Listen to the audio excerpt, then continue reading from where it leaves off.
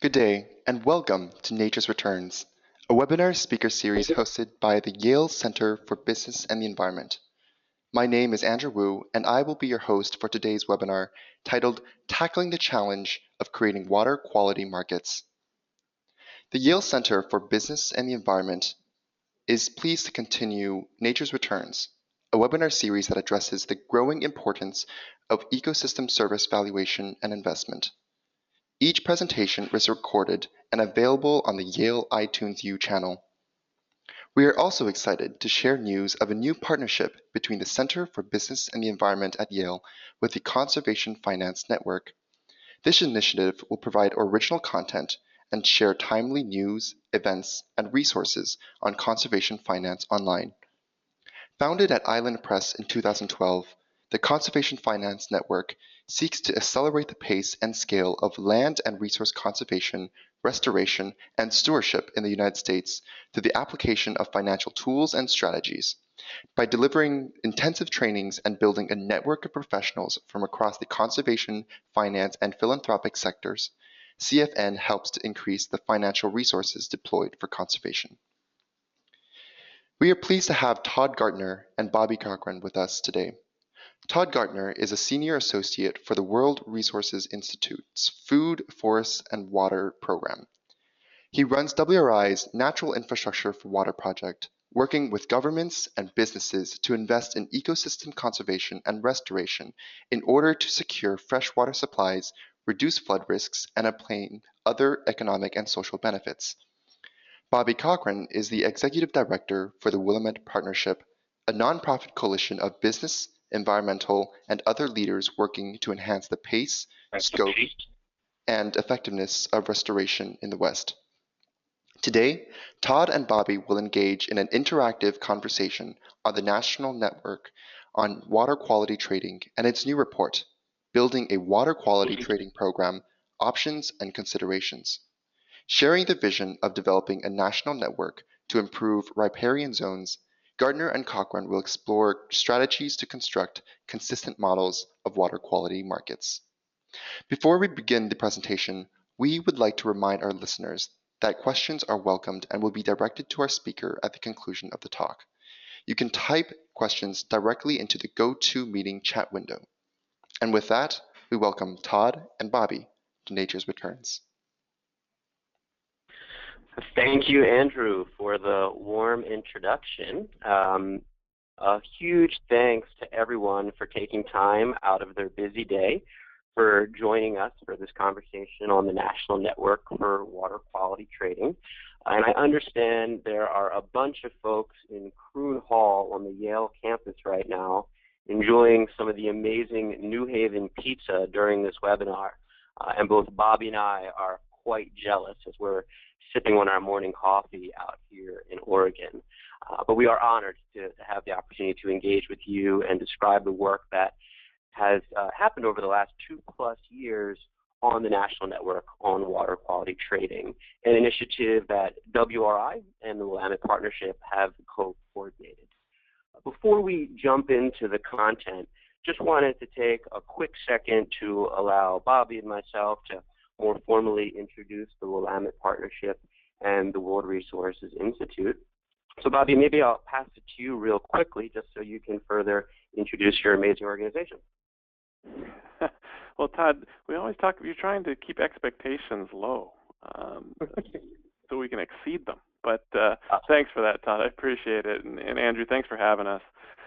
Yeah, so Willamette Partnership, we're a nonprofit out here in Oregon, but we're doing a lot of work on market-based work across the western U.S., both on the habitat and water side, and really trying to figure out how we can quantify the good stuff that land managers are doing and in ways that other people can invest in, and trying to move money from dumb stuff to better stuff, and then working on the policies that make that just an easier choice. And whether that's figuring out how you can get healthcare and Medicaid to pay for green infrastructure, whether it's working with wastewater utilities to invest in riparian restoration. To us, that's all pretty similar and in service of the same mission.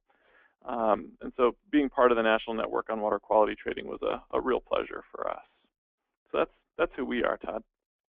Great. Thanks, Bobby. And the World Resources Institute, WRI, is an environmental think tank based in Washington, D.C., but I'm fortunate enough to get to hang out with Bobby and his friends out in Portland, Oregon.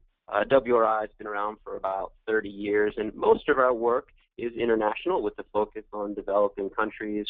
We span 6 different resource areas: climate, energy, cities and sustainable transportation, food security, forests, and water.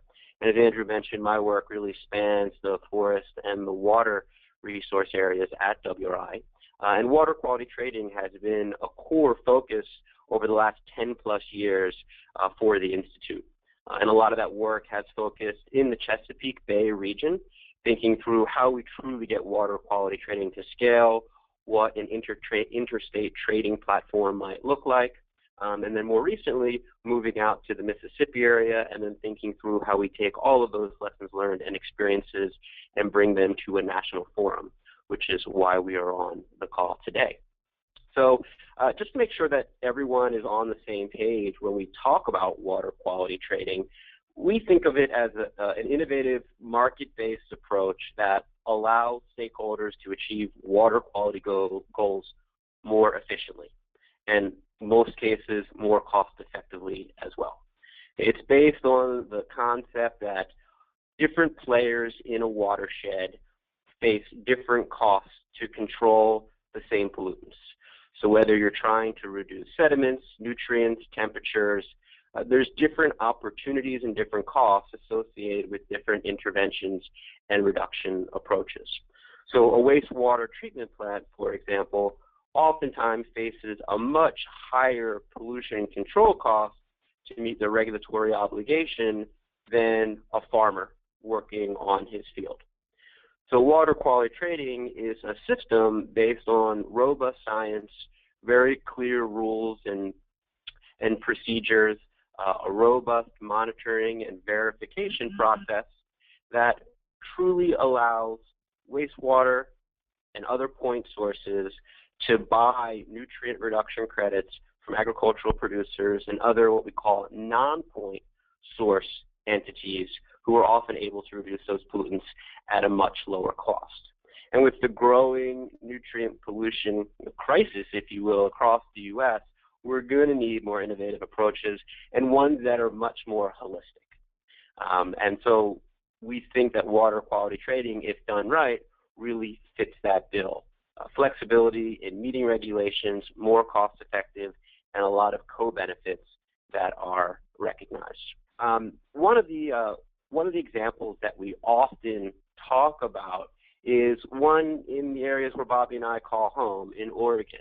Clean Water Services, which is a wastewater utility which feeds the metropolitan area of Portland, had an issue to deal with, right? So they had a regulatory requirement to dramatically reduce the thermal loading going into the Tualatin River. And they had a couple of different options in front of them. One was to literally build a refrigerator on the end of their tailpipe. So a cooling tower that would have cost them between $60 and $150 million. And it was pretty certain it would have met their regulatory requirements, but it wasn't going to meet all of the other watershed management objectives that Clean Water Services and other stakeholders hope to achieve, plus it was really expensive. So they were looking at alternative opportunities and quickly understood that a water quality trading program which would focus on planting riparian forests along the length of about 35 miles of stream could provide the same thermal load reductions, so really shading the river, preventing it from heating up, providing the same environmental benefits as the chiller at a dramatically reduced cost, not to mention all of the incredible co-benefits that would be recognized for salmon, for other wildlife species, climate mitigation, and complementary income streams for landowners in the basin. So a much better approach. And the reason that so many people often default to the gray is because the rules that were set up in the early 70s under the Clean Water Act and other environmental regulations were developed to address a very different suite of problems. Most of the nutrient issues were very much related to point sources. We're now operating in a very different context where non-point sources in many or even most watersheds is a much larger percentage of the problem. So water quality trading truly allows us to address the root of these concerns. Next slide, please. And this is not just a theoretical idea. If you look at what Clean Water Services and the Willamette Partnership and other partners in Oregon put together, they were able to take what you see as a baseline in 2004, and over the next number of years, through a robust tree planting and riparian enhancement process, really restore that area. So you can see the difference in just 3 short years. And then if you fast forward to 2010, you see a well-functioning hydrological system for considerably less expensive than the gray infrastructure solution. A huge win for all involved, and it serves as a template which many are trying to replicate. Next slide, please. And when I talk about replication, it's been a really exciting time in the markets and ecosystem services space. In just water quality trading alone, there's a dozen or so different states that have active trading programs, rules, policies, guidance that recommend and suggest how a water quality trading program should be developed, operated, maintained, verified, and the like. And over the last decade, we've seen a ton of experimentation.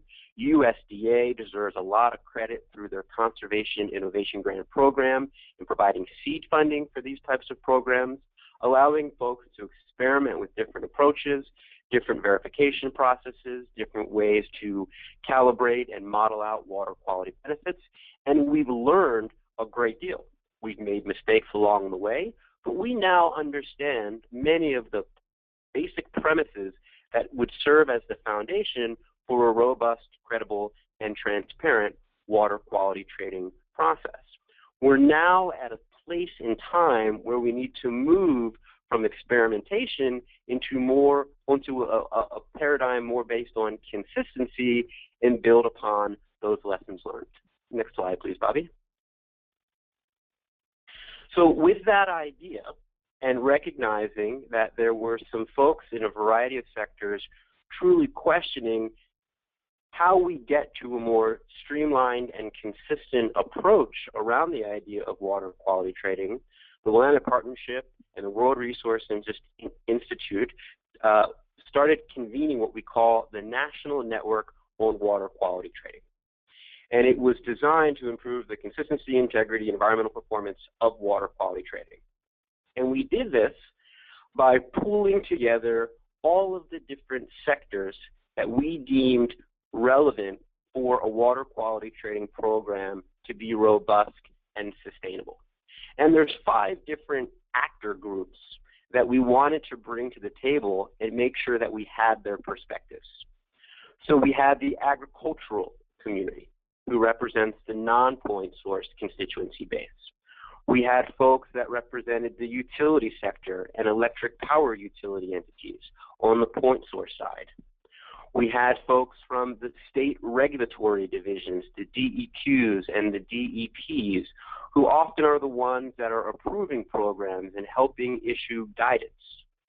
We invited folks who are on the practitioner side, the ones that are actually developing and designing these programs. And then ultimately we wanted to make sure that some of the folks that had been critical in the past and that were really focused on everything from social justice issues to making sure these programs truly built on the best available science were at the table as well. So we made sure that folks from the environmental advocacy division were at the table along with us. And what we did was we began by looking at all of the different programs that were active or had made attempts at water quality trading programs over the last dozen or so years, and really tried to understand what worked, what didn't, what were the key foundational elements, and what ultimately might we want to suggest to others who are starting their programs today based on those lessons learned. So with that, I'm going to pass it over to Bobby to dig in a little bit deeper into what we were able to come up with through the national network process. Great. Thanks a lot, Todd. Yeah, as we came together for the national network, it was in a really interesting context. I think around the country, there's over 25 different kind of point, non-point water quality trading programs that have actively gotten approvals to move into trading. But more than 75 different places have tried to start. And a lot of times the startup can be costly and time consuming, and it's tricky. And so I think when we were talking with a lot of the organizations that you see here on this slide, we were trying to find a way is, could there be a set of national standards around water quality trading? And very quickly, this group said, water quality trading needs to be responsive to local conditions. There needs to be flexibility. There needs to be opportunity to promote innovation. So then we asked, well, could we set up a series of best practices? And even then, I think folks really felt that that doesn't provide the opportunity to think about nutrients differently in Texas and Louisiana than in Ohio and Iowa.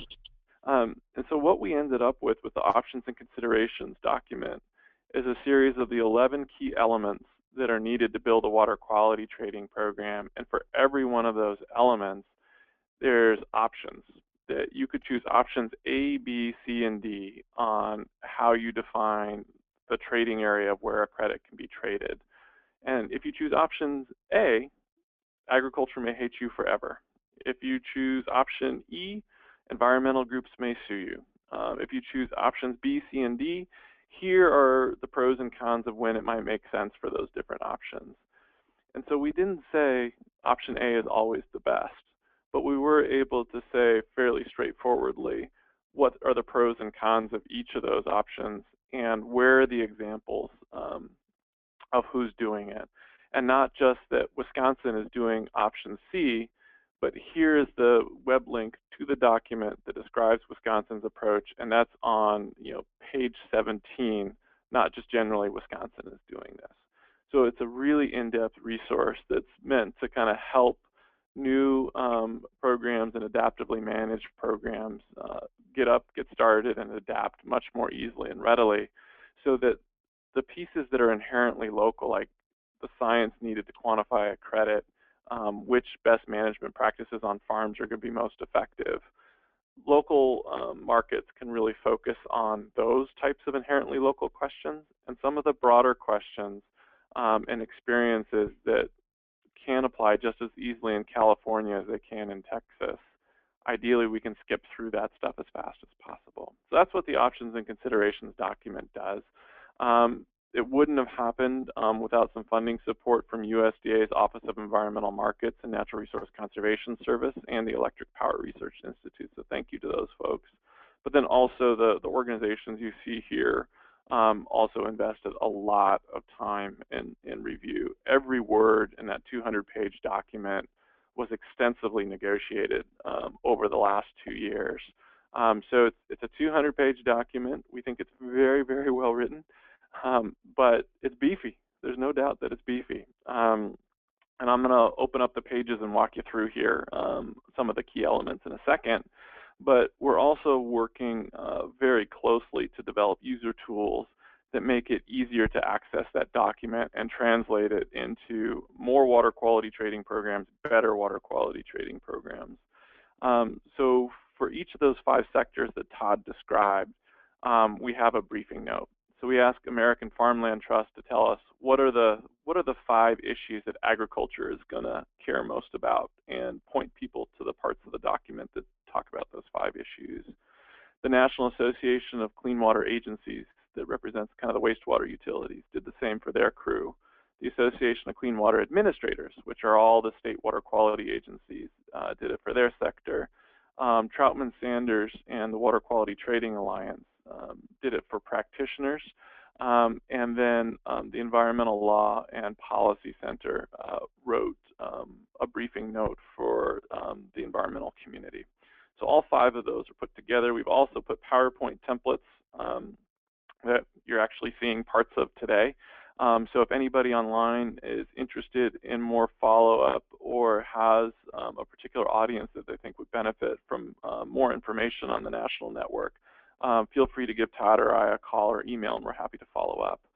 And then the other things we're working to build is, how how do we build some of the templates and tools and other things that take the 200 pages and make it easy for a state agency or a set of stakeholders to adapt. So that's kind of where we're going now. In terms of the options and considerations document itself, I covered a lot of this, but the original focus is on point to non-point trading. We didn't choose to focus on trades between two wastewater facilities, so the point-point trades. At this point, we don't think there's that much difference.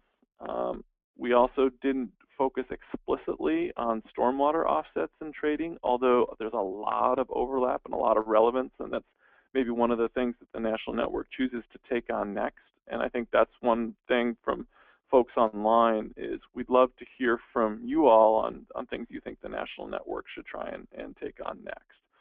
But a big part of what we also did was try and develop consistent definitions and languages. For example, the word verification meant really different things to folks in Pennsylvania and Maryland or Oregon or Wisconsin. And so we tried to kind of define terminology throughout. One of the things that's in the document is a set of vision and kind of shared guiding principles. This was one of the things that the National Network group kind of did come to consensus on, of saying, here are the guiding principles, that you're accomplishing your regulatory and environmental goals. It's based in sound science, and it's accountable and transparent.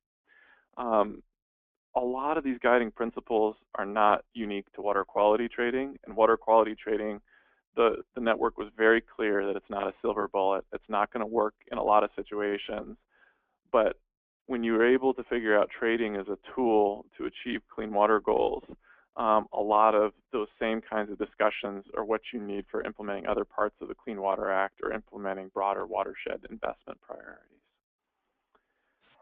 The other piece that was really important to environmental groups was that it doesn't produce local water quality impacts, that it's consistent with the Clean Water Act regulatory framework, and that there's appropriate compliance and enforcement provisions. So those are the guiding principles. The 11 elements, which each of these elements has a chapter within the document, starts off with, okay, what's the policy and regulatory instruments needed to support trading?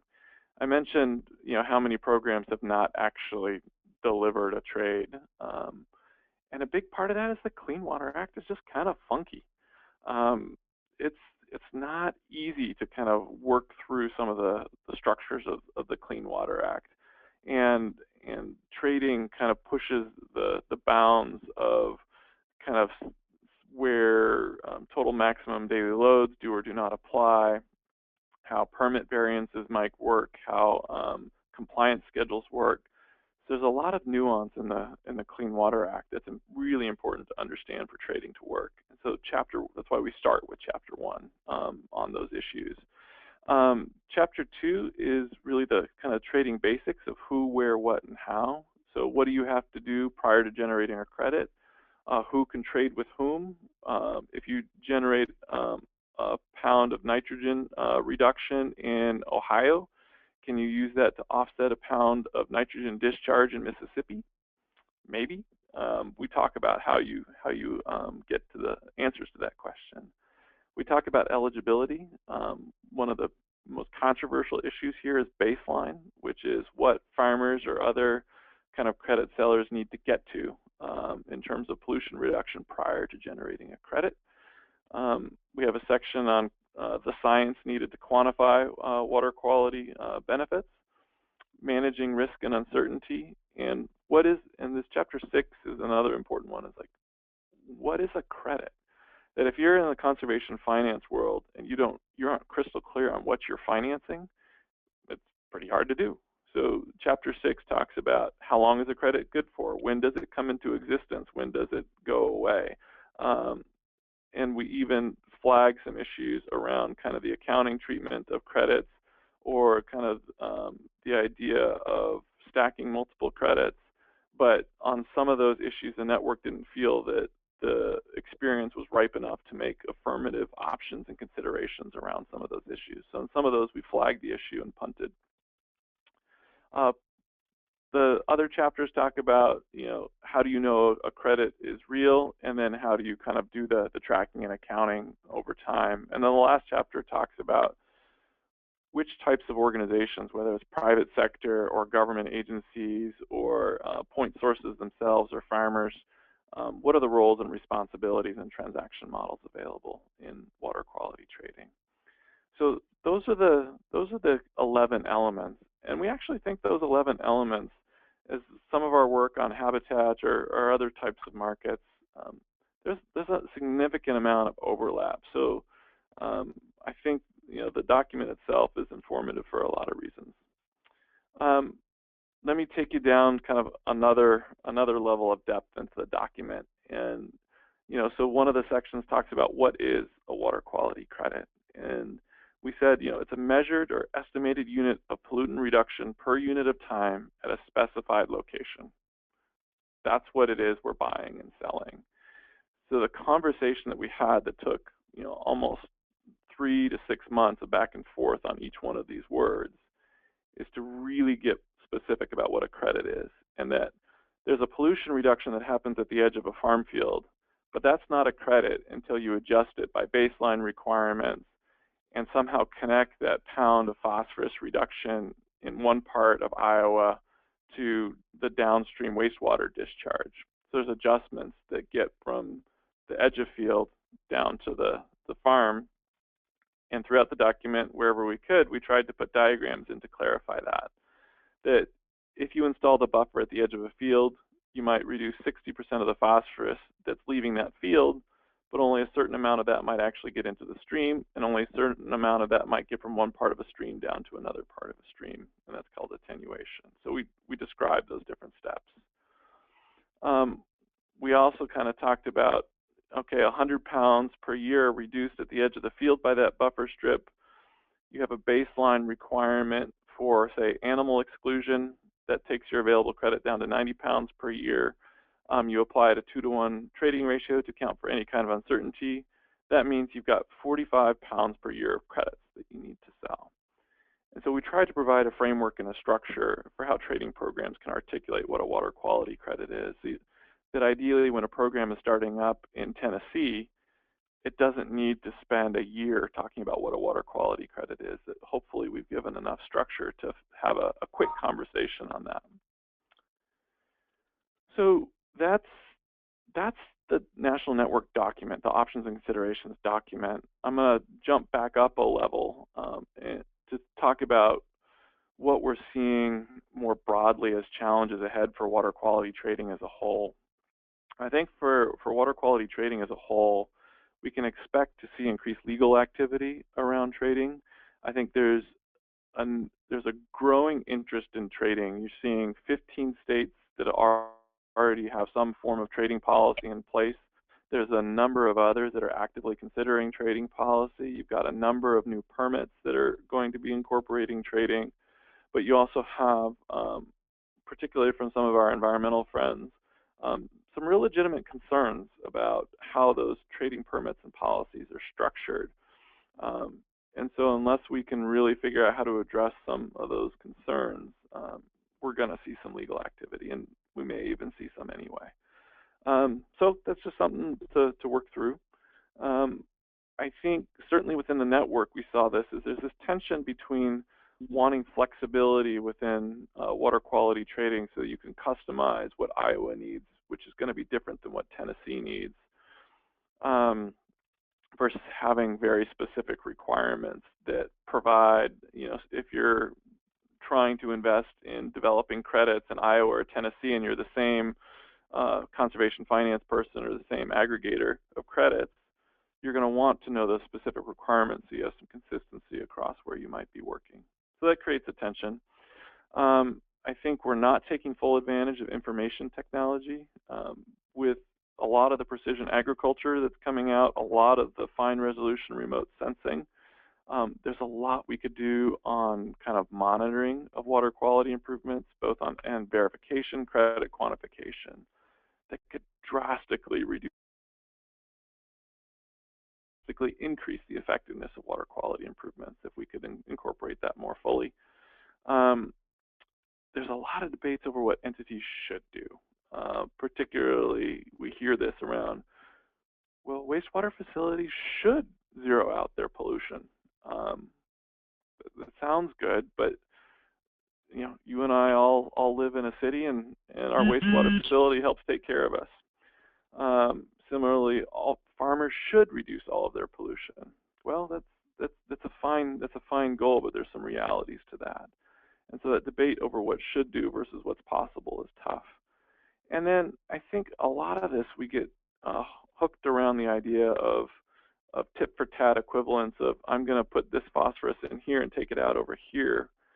That gets a lot easier when we have a really clear set of watershed goals with some accountability on how we're actually going to achieve a 40% reduction in phosphorus loading in the next 40 years. So those are some of the challenges. I think in terms of promising trends, we're seeing more state and multi-state programs. So I think you're going to see the pace of trading and the scale of trading increase. We're seeing a much stronger national communication and innovation transfer than what I saw happening 10 years ago. So that's really encouraging that an innovation that is developed in Washington, D.C. or in Virginia is fairly quickly being transferred to other parts of the country. We're seeing a push for consistent state policy and clear standards, and I think this is something where the conservation finance community has a really important role to play. We're seeing new technology, so pretty soon we're going to have water quality monitoring devices that we can actually track the phosphorus concentrations in a part of a stream for, say, less than $5,000, which will be huge.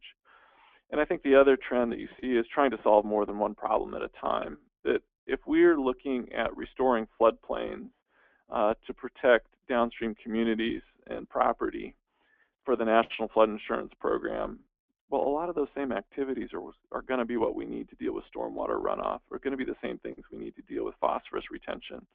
So if we can figure out how we work with communities to solve more than one problem at a time, the idea of this high cost of infrastructure hopefully gets a more integrated lens on it. So I think as Todd and I were talking about, particular asks for the conservation finance community, coming out of the national network, we're pretty darn convinced that no one should have to start from scratch. That everybody should be taking a look at this options and considerations document and really thinking hard about focusing your resources on the stuff that's inherently local and trying to stay as consistent as possible with what everybody else is doing around the country. And then also really being clear to people that you need to define what you're selling before you can finance it. A lot of the local folks that we work with jump right to transaction models. What are the kinds of transaction models that we can use to buy and sell credits? And we're trying to really hit home that unless you know what a credit is, it doesn't really matter what your transaction model is. And then I think the other challenge with water quality is you're going to be dealing with lots of smaller disaggregated projects overall. And so what does the financing structure look like for those small projects aggregated together? And then I think the last piece is I think there's a lot of interest in continuing the work of the national network. I think the original participants are really interested in broadening that tent to a much bigger group of people, that there was a value in having that diverse dialogue that created a deliverable to help move the world farther along. But we need to know what you need. So tell us, what are the key issues that a diverse group of people where you have milk producers and environmental defense sitting right next to each other, what could they hash out that would be useful to you? So we'd be particularly interested in the next couple months hearing from you all on that. And I think with that, Todd, we should probably turn to some of the questions and see what people want to talk about. But the documents are all available on the Options and Consideration document is available on World Resources Institute site. It's also available on the partnership site, and the partnership site also has those 5 sector summaries that I talked about and a number of the other tools that are available. And so you can download those documents. If you really like a hardbound paper copy, you can also let us know, and we can find a way to get you a hardbound copy. So Todd, just before we start turning it over to questions, is there anything key that I missed or a point you wanted to hammer home? No, I think you did an incredible job working through that. So happy to turn it over to a discussion time now. Sounds great. Bobby and Todd, thank you so much for your presentation. We have some questions from the audience and colleagues that we would greatly appreciate your input on. Bobby, you've talked about quantifying water quality benefits as a key element of water quality markets. In our last webinar with Joe Whitworth from the Freshwater Trust, Joe emphasized the need to demonstrate quantitative evidence that initiatives have made a significant impact on water quality and that it's not just due to natural variation. You've touched on this briefly when talking about not taking full advantage of information technology, but can you elaborate on the current state of monitoring technologies that measure these results and their associated economic costs? Yeah, that's a giant question. So I'm going to half-ask the question, and then if folks want to follow up, they can.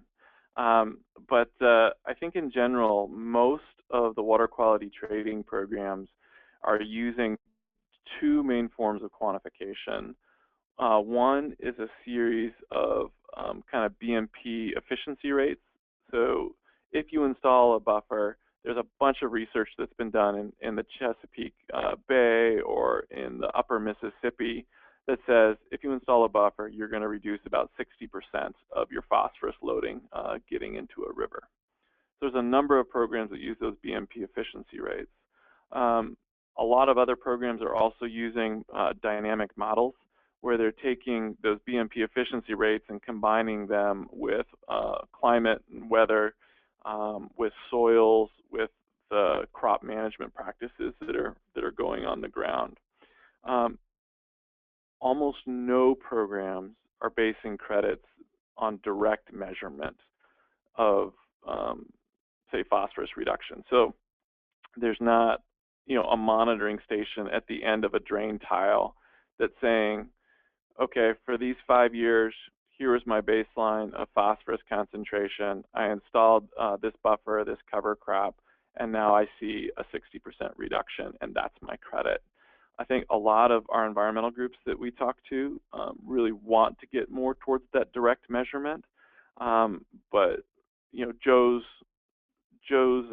point of we need to demonstrate improvements beyond kind of natural background variation, that's really true at a watershed scale. It's really hard at a project scale. And so I think that's where advances in technology could take us, to where direct measurement at the project scale may be increasingly possible, but for right now, it's really challenging.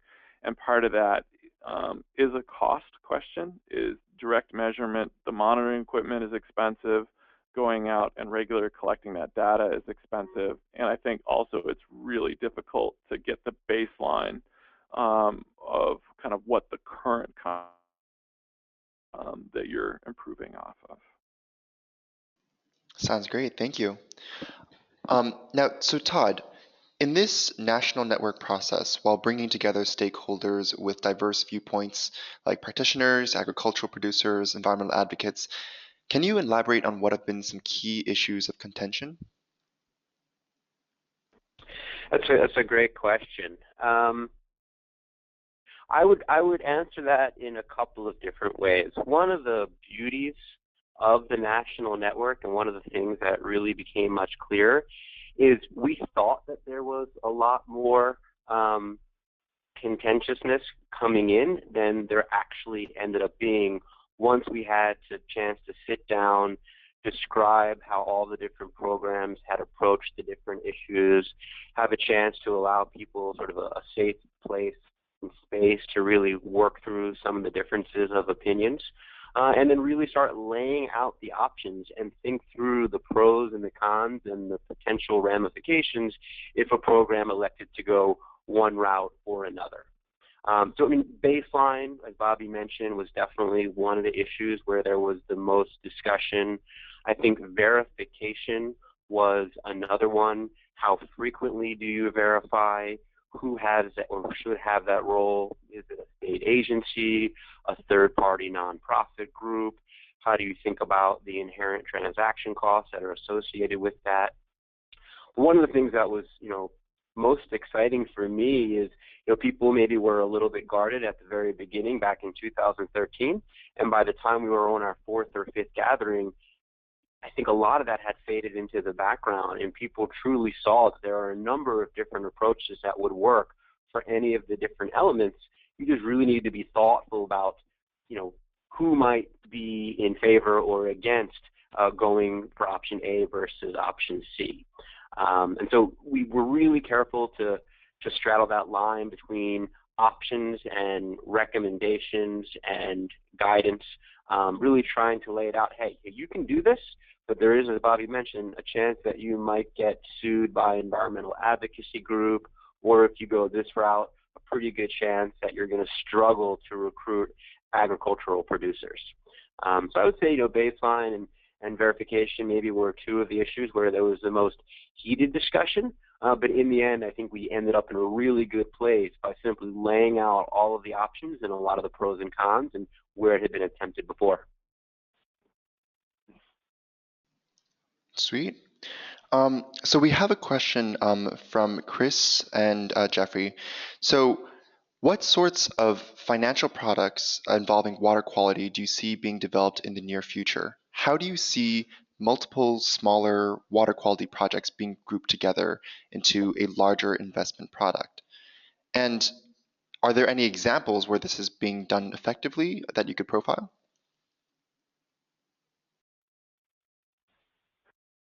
I can talk about a couple of things, but Todd, I'm going to want you to jump in here too. Sure. There's a couple of different models that are out there, and it's less of putting it together into a financial product. So I'm going to talk more about the transaction models, and then Todd, let's noodle through on what that means of putting it into a financial product itself. But there's a lot of folks out there that are doing some form of aggregation where you have a third party, either that's someone like a freshwater trust that's worked with a city of Medford. Freshwater Trust will have a contract with Medford to deliver so many credits. Freshwater Trust will then go work with a number of different landowners to aggregate, implement those projects, aggregate the credits up, and then deliver those to Medford as a package. And that's a contract that they're able to do, and they were able to go and get the financing based on that contract.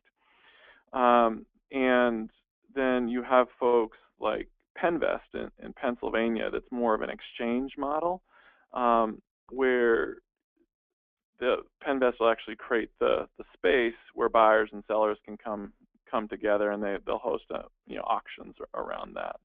The Great Miami program in Ohio is also kind of more of a central aggregator where multiple point sources will say, hey, I'd like some credits. They give the money to Great Miami, and Great Miami then goes and runs an auction with a number of different landowners to do that. So I wouldn't say those are financial products per se. The product tends to be just a contract.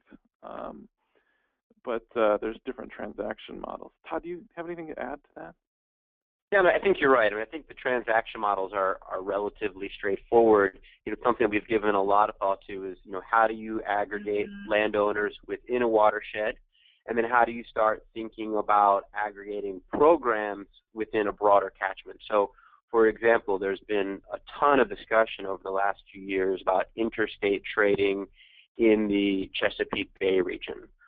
Those conversations are starting to happen now in some of the Gulf state regions. Can you trade credits that are generated on a farm in Maryland to a point source in Pennsylvania or Virginia if it's all feeding to the Chesapeake Bay? And there's a lot of challenges with that, different legal thresholds, different quantification rules, different trading ratios. So in no means have we gotten there, but that's one of the ways people are thinking about sort of trying to get to the scale that might be necessary to attract additional capital beyond just wastewater utilities and other point sources. There's also a lot of discussion, again, it's at the very early days. One of the beauties of water quality trading is its more holistic approach, and taking the ecosystem-based approach is way more beneficial than simply building a new chiller or upgrading a treatment plant? Is there a way to think about sort of more of a one water solution where you don't just think about wastewater, but you try to think about impacts in the stormwater context and on the drinking water, source water side? Is there a more holistic ecosystem-based approach that might allow for additional financing and capital to really meet our broader ecosystem needs? Again, that's really early on in kind of the brainstorming phase, but hopefully those conversations will continue to evolve. And Todd, would it be fair to say that part of the challenges with the interstate trading in Chesapeake or some of these other, or the one water solution, is that we just haven't gotten clear in enough places on exactly what a credit is, with enough certainty in terms of the policies and other things that that credit is acceptable to people? That Absolutely. So our limiting factor is not really creative financial products. I have all the faith in the world of the finance sector to come up with the right financial product, and so I'm spending almost all of my energy right now trying to get clarity on what the policies and the structures are that define what the credit is, and then people can choose whatever transaction model or financial product they'd like from that once we're clear on what the piece of barley is, or the corn is, or in this case the environmental benefit is. Todd, I'm really glad that you guys talked about this issue of holistic thinking. We have a question from Steve that builds on this previous question. Aside from aggregating projects, there's also the question of aggregating different types of credits. Have there been instances or case studies of stacking credits, like wetland mitigation credits with water quality credits? Yeah, so that is a question that we knew was coming, and it's one of Bobby and my least favorite question to answer. And there's a number of reasons for that. I mean, it's an important issue to consider. Thus far, it really hasn't been a big issue in reality. So there generally have not been many cases where you see folks trying to buy carbon credits off of lands where water quality credits are being generated, or habitat mitigation offset credits where you're seeing wetland mitigation credits established. In many ways, we decided not to directly address that in this document, and I think in many cases it really is. In some cases, like U.S. Fish and Wildlife actually has some draft guidance around the issue of when habitat offsets can be bundled or stacked with other type of credits. But in many cases, it comes down to the local stakeholder consortiums and what they feel most comfortable with. Some people make the very clear and articulate argument that it really is going to take an aggregated set of income streams to get enough landowners participating for this stuff to really have the landscape scale impact that we're hoping to achieve. And I totally get that. And they use the analogy of, a cow, for example, that you might sell the milk and then the meat and then the skin and what have you. And there's very different income streams for the same, quote unquote, entity or product. And why is it any different for an ecosystem selling the carbon and the water and the habitat? Other people make the claim very clearly that we are shortchanging ourselves in the amount of environmental uplift that we're able to achieve if we allow that same acre of land to be sold multiple times. So it would already be restored via the water quality trading revenue. Why would we allow a carbon mitigation credit to also be recognized on that same land? There isn't true additionality because it would have happened even without the additional carbon revenue. So both angles, I think, have merit, and I think it'll sort of play itself out over time as all of these markets continue to mature.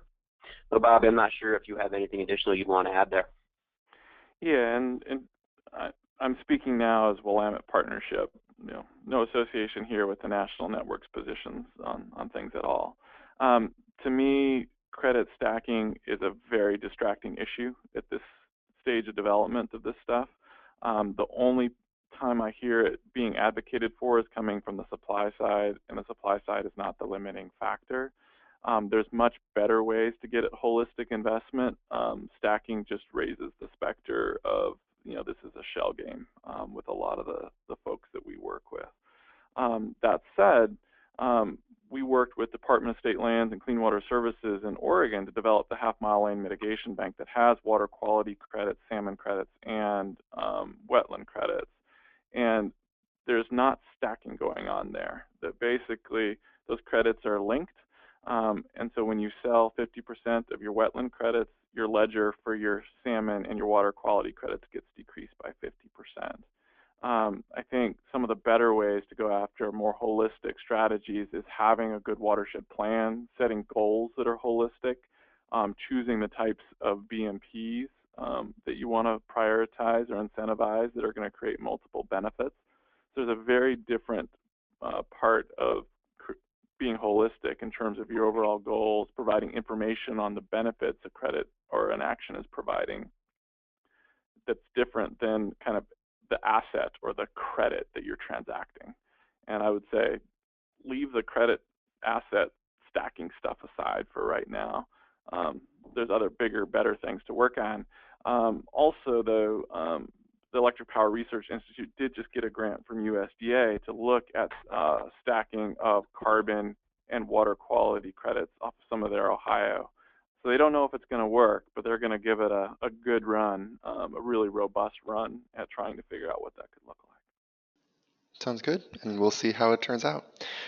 We now have a question from Gigi, who says, as you know, green banks are emerging across the nation as a means of financing environmental projects. To your knowledge, are these green banks like the New York Green Bank or the Connecticut Green Bank aggregating or considering water projects for financing as they are with carbon reduction projects?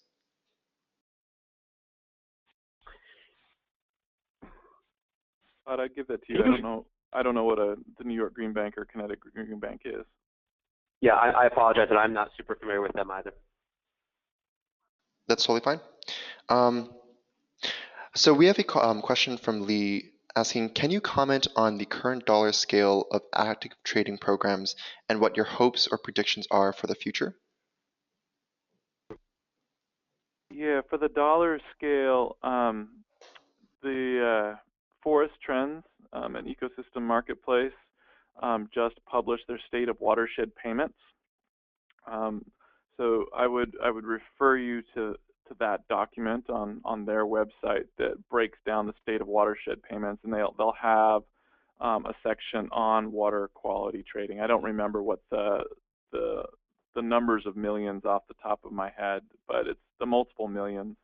And I would say, though, that the greatest rise in terms of dollar volume is coming out of the stormwater offsets programs, particularly in Virginia and North Carolina, and potentially coming out of Maryland here soon. So I think last year the figure out of Virginia was like $10 million in 1 year. So that's where, in terms of dollar volume, I'd be looking really closely at stormwater offsets.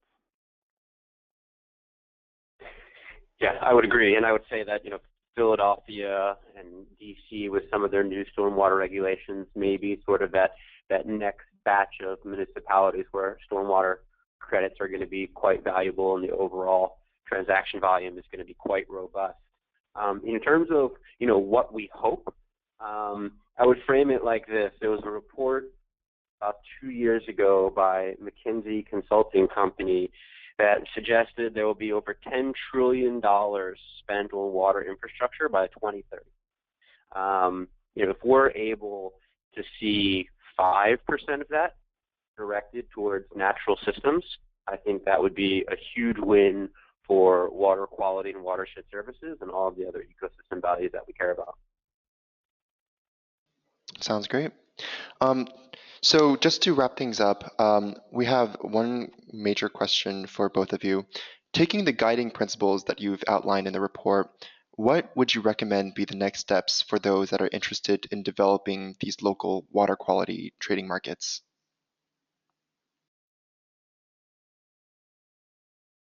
Do you want to take a first run at that? Oh, you were going to let me take it. Either way. You start it off and I'll fill in the gaps. That sounds good. I think if a new program is wanting to start up, and I would say a new program that's looking at source water protection, water quality, or habitat, but primarily this is a water quality trading kind of document. You should read the options and considerations document.